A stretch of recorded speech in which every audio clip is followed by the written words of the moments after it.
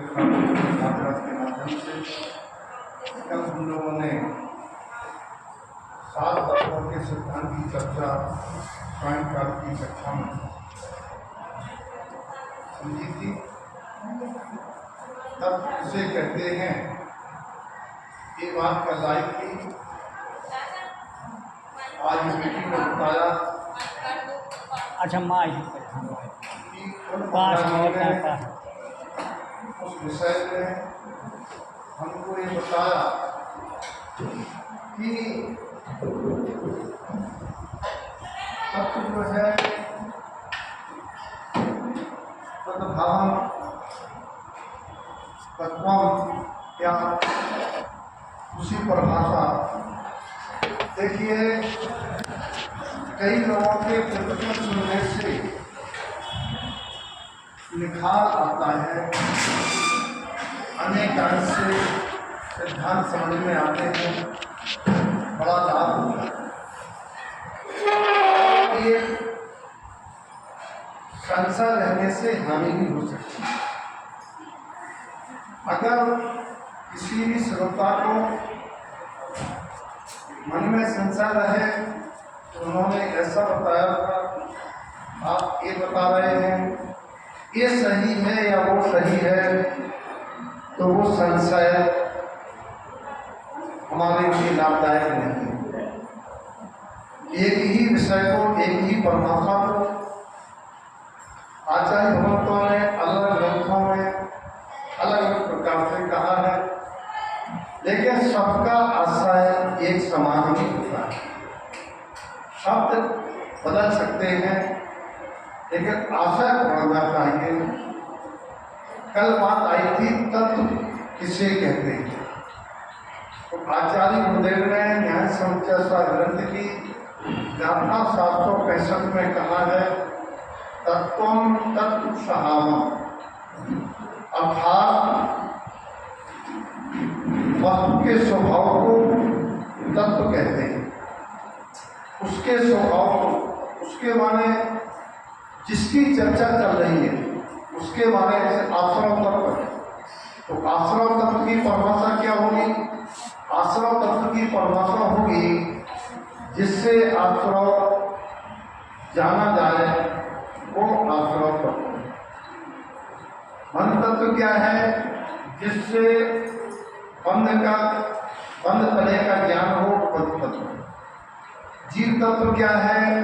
जिससे जीव पने का ज्ञान होता है, तो जीव तत्व। तो तत्वम तत्व सहावम, उसके स्वभाव को तत्व कहते हैं, वस्तु के स्वभाव को तत्व कहते हैं।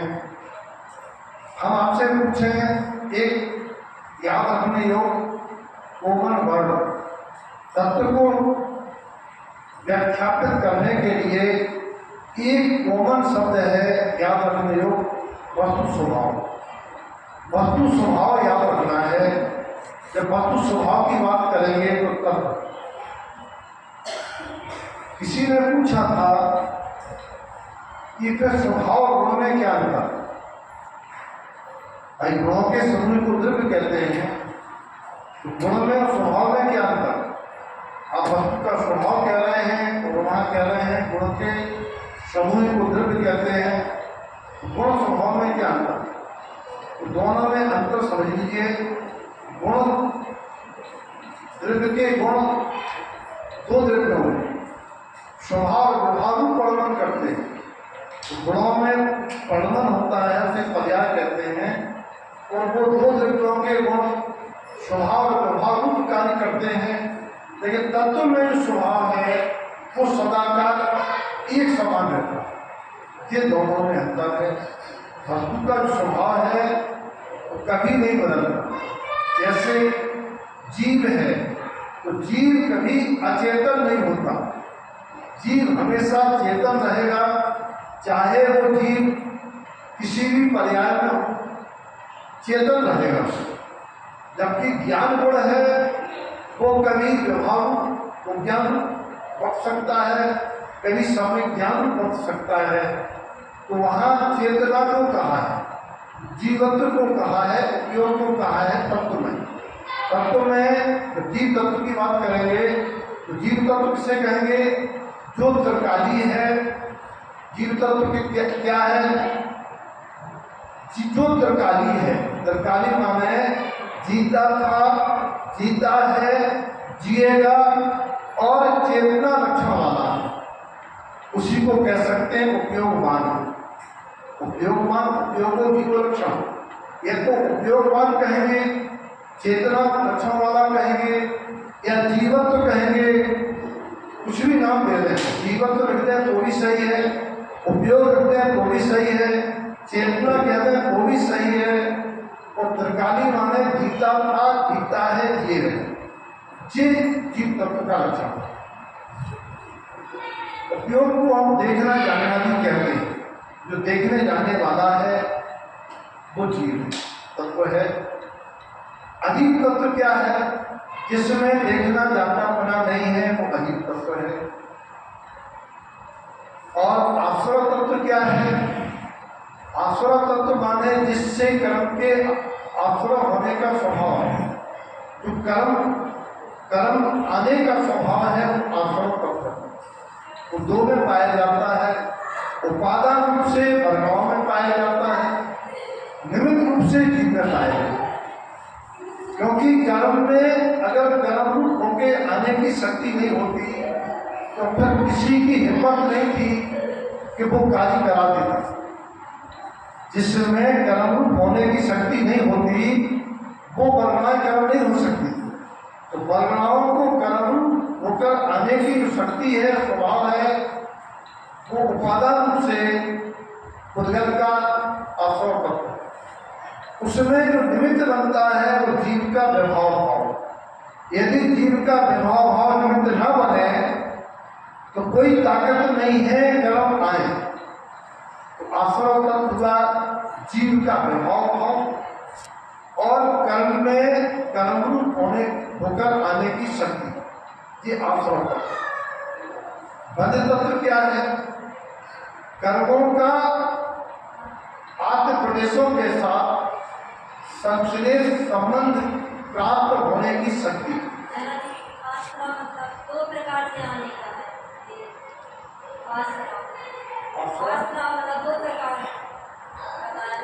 दो प्रकार से आश्रय हो गया क्या? बहुत अच्छी बात। आश्रय दो प्रकार से इस अपेक्षा से कहा है, एक भाव आश्रय, एक द्रव्य आश्रय। और आश्रय जो आपने कहा आश्रय पदार्थ के अंतर्गत आए। अभी आश्रय तत्व की बात कह रहे हैं। आपने जो पूछा है वो आएगा आश्रय पदार्थ में। आश्रय पदार्थ के कई अपेक्षा से भेद है। भाव आश्रय, द्रव्याश्रय, इरिया पदाश्रय, साप्रायिक आश्रय। आश्रय पदार्थ की बात करेंगे। आश्रय कैसे होता है? आश्रय होता है दो प्रकार का। इरिया पदाश्रय। इरिया पदाश्रय माने कर्म आते तो हैं, जो कर्म आते हैं किंतु संसार के कारण नहीं बनते, यानी बंध को प्राप्त नहीं होते, उस आश्रय का नाम है इरिया पदाश्रय। वो केवली के पाया जाता है क्योंकि आने का द्वार योग है। केवली के योग है, शरीर है, इसलिए उनके कर्म तो आते हैं लेकिन बनने का कारण नहीं है। जैसा संसारी जीवों के है उस सांप्रदायिक आश्रय होता है। सांप्रदायिक आश्रय का मतलब है जो संसार का कारण, जो आश्रय संसार का कारण होता है, या जो आश्रय कसाय शहद होता है। कसाय शहद जीवों के होने वाले आश्रय को सांप्रदायिक आश्रय कहते हैं, और कसाय रहित जीवों के होने वाले आश्रय को इरिया आश्रय कहते हैं। तो दो भेद हो गए। और ऐसे ही भाव आश्रय, द्रव्य आश्रय, जो आत्म प्रदेशों में परिस्पंदन होता है तो भाव आश्रय।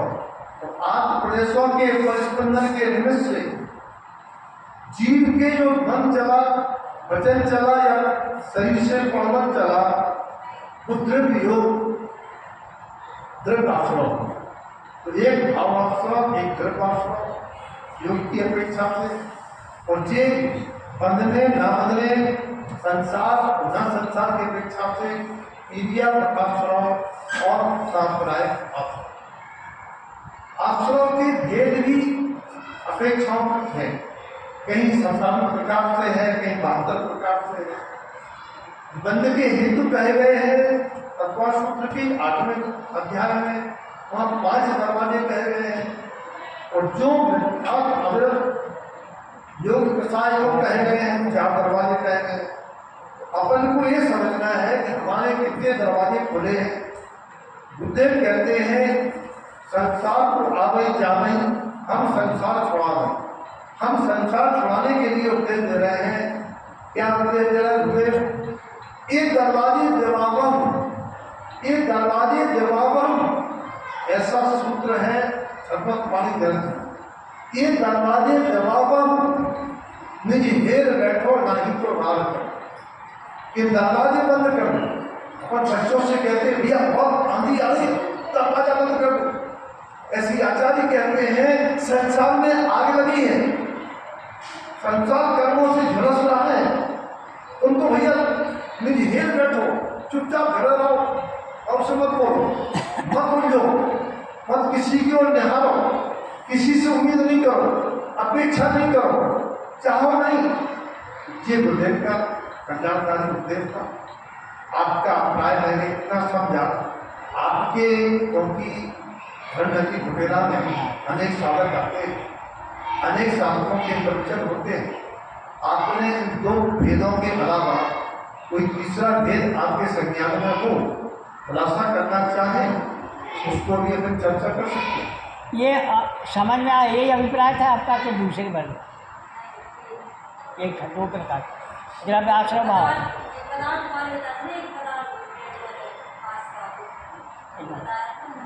नहीं पदार्थ का तो महाराज जी ने बताया। अभी हम पदार्थ पर पहुंच रहे हैं, लेकिन उन्होंने का लिखा नहीं था। अभी हम तत्व की बात कर रहे थे। 2 चीजें हैं, तत्व माने स्वभाव, पदार्थ माने अवस्था। पदार्थ की बात करेंगे, पदार्थ के लिए कॉमन वर्ड है अवस्था।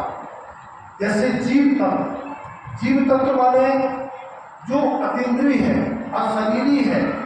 जीव तत्व की बात आई थी जिसके शरीर नहीं है, बिना शरीर का जीव वो जीव तत्व, बिना शरीर का जीव वो जीव तत्व है, बिना शरीर वाला जीव तत्व, सुख वाला जीव तत्व है।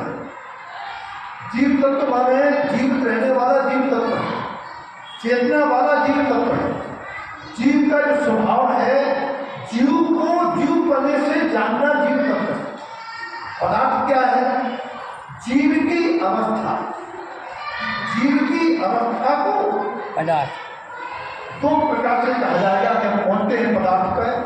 ऐसे ही आश्रव तत्व, आश्रव पदार्थ, बंध तत्व, बंध पदार्थ। आगम में जितना भी प्रमाणित है समाज शांति से लेकर हर ग्रंथ में, वहाँ आश्रव पदार्थ की प्रधानता से ग्रहण किया गया। एक स्वभाव है, हमारा स्वभाव है केंद्र लक्षण, देखने जाने वाला, सदा का रहने वाला। देखिए सदा का रहने वाला एक बिना शरीर वाला है। आचार्य कहते हैं जीव तत्व दूल्हा लंगड़ा है। दूल्हा लंगड़ा है माने जीव तत्व न रोता है, न हंसता है, न खाता है, न पीता है, न चलता है, न सोता है। वो जीव तत्व। जीव तत्व कुछ नहीं करता है। जीव तत्व खाता पीता नहीं है, चलता फिरता नहीं है, मरता जन्मता नहीं है, वो जीव तत्व।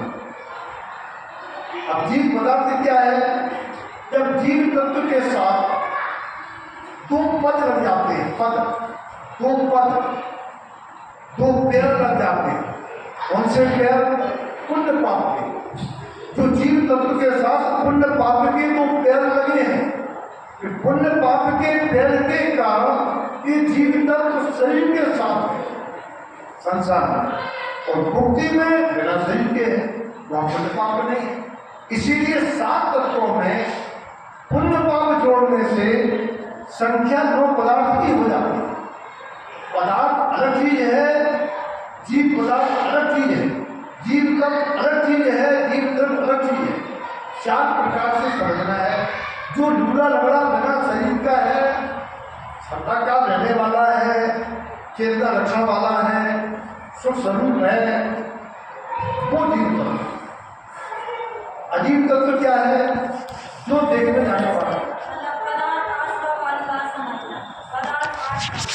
पदार्थ